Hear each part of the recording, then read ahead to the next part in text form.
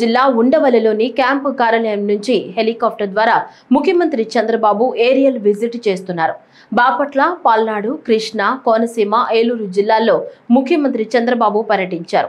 చిలకలూరిపేట, పర్చూరు, చీరాల, కోడూరు, నాగాయలంక మీదుగా ఓడల రేవు వరకు ఏరియల్ విజిట్ చేశారు. కోనసీమ జిల్లా అల్లవరం మండలం ఓడల రేవు నుంచి రోడ్డు మార్గాన ప్రయాణించి వర్షాలకు నీట మురిగిన పంట పొలాలను ముఖ్యమంత్రి చంద్రబాబు పరిశీలించారు.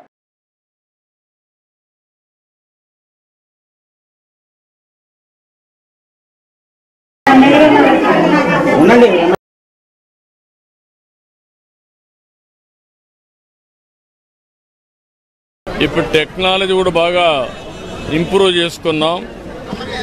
దీనివల్ల 5 రోజుల నుంచి అన్ని ప్రివెంటివ్ మెజర్స్ అని తీసుకున్నాం. ఎప్పటికప్పుడు ప్రిపేర్నెస్ కూడా తయారు చేసి సమర్థవంతంగా దీన్ని హ్యాండిల్ చేసే పరిస్థితికి వచ్చాం.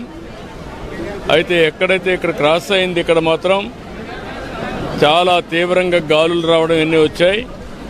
వర్షాలన్నీ ప్రకాశం జిల్లాలో, నెల్లూరు జిల్లాలో అక్కడ ఎక్కువ పడ్డాయి. ఏదేమైనా దీనివల్ల విపరీతమైన డ్యామేజ్ జరిగింది. రాష్ట్రానికి ఒక పెను విపత్తిది. అలాంటిది కొంతవరకు మనం కాపాడుకోగలిగాం.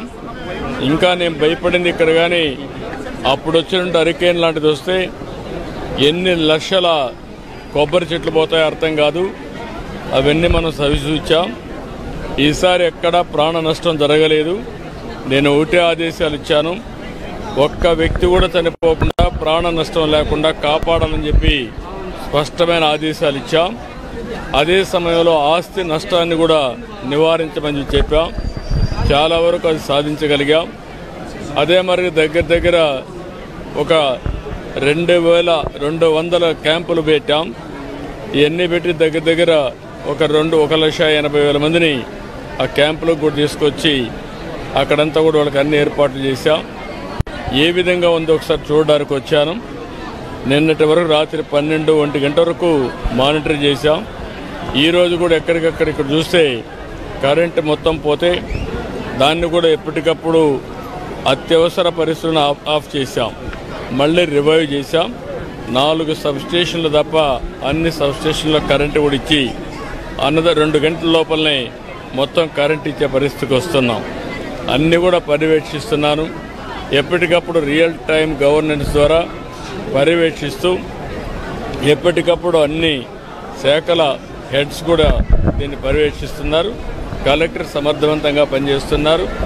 చాలా వరకు ఒక మాటలో చెప్పాలంటే నేను చాలా తుఫాన్లు చూశాను, చాలా సంక్షోభాలు చూశాను, కానీ ఈసారి మాత్రం జిల్లా యంత్రాంగం, అదే మరి రాష్ట్రంలో ఉండే అధికార యంత్రాంగం, ప్రజాప్రతినిధులందరూ కలిసి సమిష్టిగా పనిచేశారు. ప్రజలకు పెద్ద ఎత్తున ఉపయోగపడ్డారు.